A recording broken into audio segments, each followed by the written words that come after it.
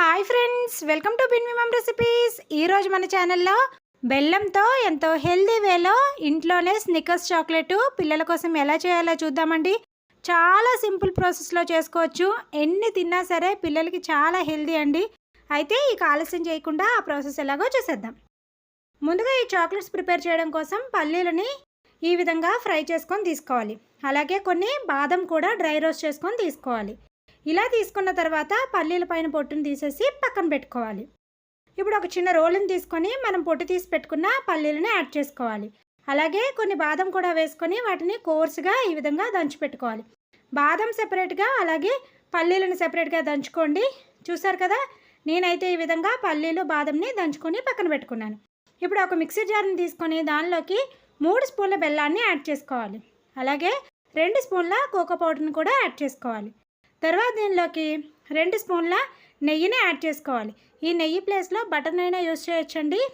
ఇలా అన్నీ వేసుకున్న తర్వాత వీటిని బాగా స్మూత్గా మిక్సీ పట్టుకోవాలి. చూసారు కదండి, ఈ విధంగా వీడియోలో చూపించినట్టుగా మిక్సీ పట్టుకోవాలి. బెల్లం చక్కగా కరిగి నెయ్యిలో అలాగే చాక్లెట్ పొడిలో కలిసిపోతుంది. తర్వాత దీనిలోకి మనం దంచి పెట్టుకున్న పల్లీ పొడి అలాగే బాదం పొడిని వేసుకొని ఒక్కసారి కలుపుకోవాలి. దీనిని మిక్సీ జార్లో వేసి మిక్సీ పట్టకూడదండి. ఇలా చేసుకుంటేనే పలుకులు అక్కడక్కడ తగులుతూ టేస్ట్ చాలా బాగుంటుంది.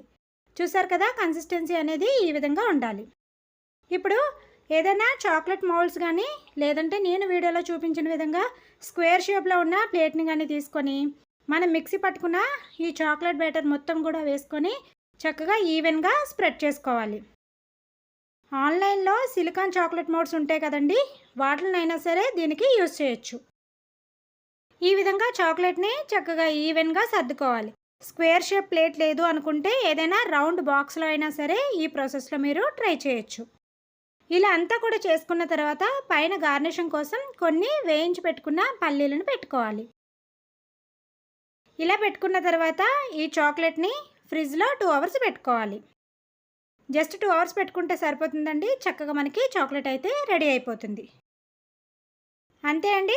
2 అవర్స్ తర్వాత చూసేటప్పటికి చూడండి చాక్లెట్ ఎంత చక్కగా రెడీ అయిపోయిందో.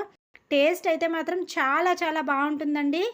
దీనిని చిన్న చిన్న ముక్కల్లాగా కట్ చేసుకొని పిల్లలకి సర్వ్ చేసేయడమే. ఎంతో హెల్దీ వేలో బెల్లంతో చేసింది కాబట్టి తప్పకుండా ప్రతి ఒక్కరూ కూడా ట్రై చేయండి. టేస్ట్ అయితే చాలా చాలా బాగుంటుంది. అక్కడక్కడ పల్లీలు తగులుతూ స్వీట్గా చాలా బాగుంటుందండి. చూసారు కదా, ఈ విధంగా చిన్న చిన్న ముక్కల్లాగా కట్ చేసుకొని తీసుకోవడమే. చూడండి, టేస్ట్ అయినా టెక్స్చర్ అయినా అచ్చం మనం స్నిక్కర్స్ తింటాం కదా అదే విధంగా ఉంటుందండి. అక్కడక్కడ పల్లీలు తగులుతూ చాలా బాగుంటుంది. తప్పకుండా ప్రతి ఒక్కరూ ట్రై చేయండి. అలాగే మన ఛానల్లో ఇంకా మరెన్నో హెల్దీ రెసిపీస్ కూడా ఉన్నాయండి. ఇంకా ఎవరైనా చూడకపోతే ఒకసారి మన ఛానల్ని విజిట్ చేసి వీడియోస్ వాచ్ చేయండి. వీడియో నచ్చితే తప్పకుండా వీడియోకి ఒక లైక్ చేయండి. అలాగే మీ ఫ్రెండ్స్కి, రిలేటివ్స్కి షేర్ చేయండి. ఇలాంటి మరెన్నో ఇంట్రెస్టింగ్ రెసిపీస్ కోసం మన ఛానల్ని సబ్స్క్రైబ్ చేసుకొని పక్కనే ఉన్న బెల్ ఐకాన్ని హిట్ చేసేయండి. Thank you for watching.